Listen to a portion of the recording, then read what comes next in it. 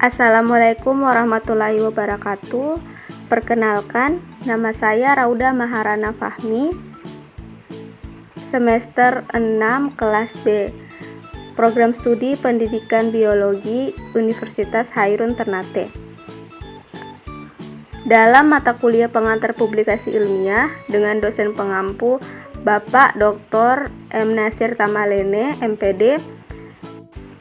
Langsung saja kita pada materi yang pertama terkait menulis bagian metodologi. Jadi bagian metodologi itu dalam suatu karya ilmiah ataupun artikel itu menyediakan informasi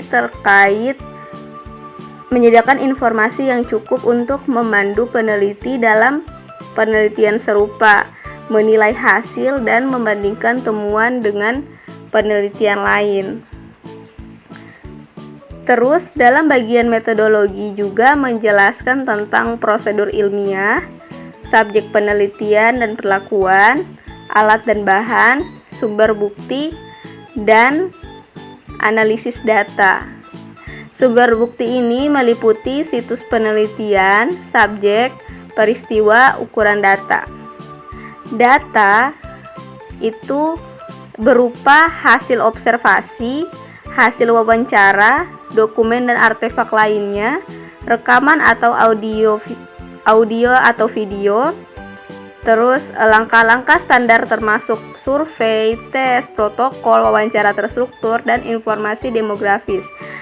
Namun, tidak semua data itu dapat ditampilkan dalam artikel. Kemudian, analisis data. Cara melakukan analisis itu tergantung pada jenis atau tipe penelitiannya. Uji statistik atau analisis statistik itu merupakan salah satu cara untuk yang digunakan. Jadi tipe penelitian kan ada yang bersifat kuantitatif dan ada yang bersifat kualitatif. Biasanya penelitian bersifat kuantitatif itu menggunakan analisis statistik. Nah, dalam analisis statistik ini contohnya seperti analisis varian, regresi, analisis faktor. Nah, itu menggunakan yang namanya software atau perangkat lunak. Selanjutnya, nah, pertanyaan yang digunakan dalam menyusun metode itu termasuk ke dalam dikategorikan dalam pertanyaan 5W1H. Kategori pertanyaan ini sangat membantu bagi penulis atau calon penulis menyusun atau membuat bagian metodologi. Selanjutnya,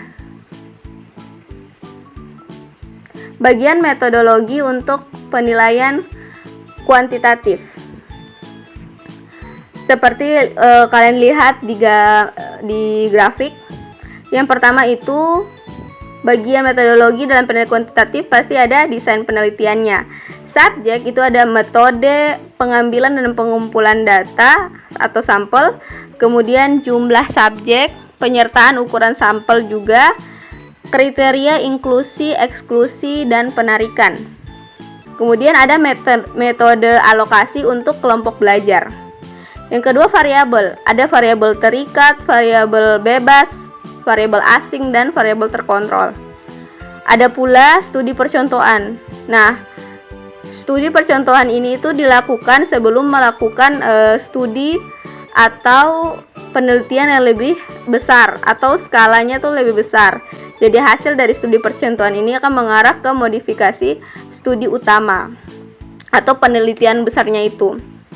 Selanjutnya ada material, peralatan, instrumen atau alat ukur termasuk nomor model dan merek. Selanjutnya adalah prosedur.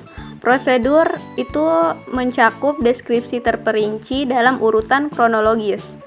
Kemudian ada pertimbangan etis utama. Ada pula analisis data. Analisis data ini termasuk metode menghitung variabel turunan berurusan dengan nilai outlying dan data yang hilang. Kemudian ada metode yang digunakan untuk meringkas data, ada perangkat lunak statistiknya, dan ada pula tes statistik serta signifikansi statistik. Selanjutnya melaporkan hasil dalam studi kuantitatif. Jadi bagian hasil itu harus singkat tapi menyeluruh. Kemudian hal yang harus diperhatikan dalam menulis atau melaporkan hasil itu yang pertama adalah membahas hanya temuan-temuan yang berhubungan dengan hipotesis atau pertanyaan penelitian. Menjelaskan secara singkat percobaan tanpa rincian dengan bagian metode. Maksudnya adalah boleh menyampaikan atau menjelaskan bagian metode itu hanya 1-2 kalimat saja. Terus untuk temuan-temuan yang tidak berhubungan dengan metode usahakan itu dihindari. Yang ketiga, karakteristik subjek seperti jenis kelamin misalnya dan hasil untuk setiap kelompok, yaitu kelompok perlakuan dan kontrol, itu dibahas. Kemudian hasilnya itu disajikan dari umum ke khusus, dari data utama ke data-data pendukungnya, seperti itu. Kemudian peneliti menggunakan tabel, gambar, dan grafik yang sederhana dan jelas. Jadi tujuan adanya tabel, grafik, dan gambar ini sebenarnya untuk mengkomunikasikan hasil kepada pembaca. Jadi sebenarnya untuk memudahkan pembaca untuk memahami, menganalisis, menghubungkan hanya dengan melihat tabel, gambar, atau grafik, walaupun harus didukung dengan naskah tertulisnya. Seperti itu. Tabel dan gambar itu dimasukkan hanya jika, jadi ada catatan. Pertama, akan menghemat banyak teks. Ya, benar. Tabel dan gambar itu jadi kita tidak perlu merinci setiap hasil yang didapat dengan kata-kata yang mampu menghasilkan tulisan yang banyak. Cukup dengan tabel saja itu dapat meringkas kalimat yang banyak. Kemudian yang kedua itu membantu pembaca untuk memahami hasilnya jelas. Deskripsi secara visual itu mempermudah sekali pembaca untuk memahami maksud dari atau hasil yang ditampilkan, seperti itu. Adapun kesalahan dalam menulis hasil. Jadi kesalahannya itu adalah pertama, menggunakan tabel yang tidak tepat. Maksudnya adalah beberapa kondisi penelitian itu yang hasilnya seharusnya hanya cukup dijelaskan dengan 1-2 kalimat saja, itu cukup. Namun diganti dengan tabel. Jadi tidak efisien dalam penulisan atau pelaporan hasilnya. Yang kedua, memasukkan lebih dari 7 tabel dalam artikel yang pendek. Jadi semua data itu dimasukkan semua, jadi 7 tabel yang sudah dianalisis itu dimasukkan dalam artikel yang pendek. Nah, itu juga terdapat kesalahannya. Kemudian memasukkan data yang dihasilkan oleh software statistik daripada informasi terkait. Jadi tidak fokus pada data-data utamanya, melainkan data-data yang kurang berkaitan itu dimasukkan, seperti itu. Ataupun yang tidak menjawab rumusan masalah. Topik yang terakhir adalah diskusi dan pembahasan. Jadi bagian diskusi itu merupakan penafsiran dari bagian hasil. Peneliti secara kritis menganalisis, membandingkan, mendiskusi hasil mereka berdasarkan masalah yang dinyatakan, pertanyaan penelitian atau hipotesis, dan metode. Jadi bagian diskusi ini tuh bagian untuk mendiskusikannya, menganalisisnya, menjabarkannya dari hasil itu, interpretasi dari hasil. Kemudian membandingkan hasil studinya dengan hasil studi peneliti sebelumnya untuk membenarkan hasil studinya, keterbatasan, dan konflik dengan studi lain. Jadi benar, diskusi ini adalah memasukkan perbandingan hasil studinya ini dibandingkan dengan hasil studi yang lain. Jika itu memiliki kemiripan atau memiliki hasil yang relatif sama, maka secara otomatis dia sudah membenarkan hasil studinya, bahwa hasil studi yang dilakukannya itu benar. Adapun jika berbeda itu maka terjadi konflik dan dibahas pula alasan-alasan dan alasan-alasan yang logis. Seperti itu. Selanjutnya, penulis perlu mendiskusikan atau mengevaluasi perjanjian studi mereka dengan kontradiksi dan relevansi dengan pengetahuan yang masih ada di lapangan. Jadi seperti yang tadi saya jelaskan, jika terdapat kontradiksi artinya pertentangan, maka harus dibarengi atau diikuti dengan pengetahuan-pengetahuan ilmiah yang ada. Sementara jika terjadi relevansi juga sama dikaitkan agar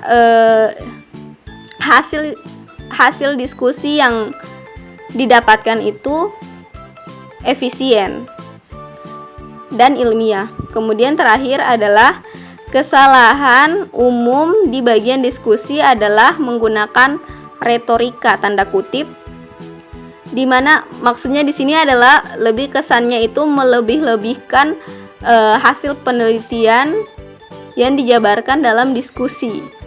Seperti itu. Atau menghasilkan pernyataan yang melampaui apa yang didukung oleh data.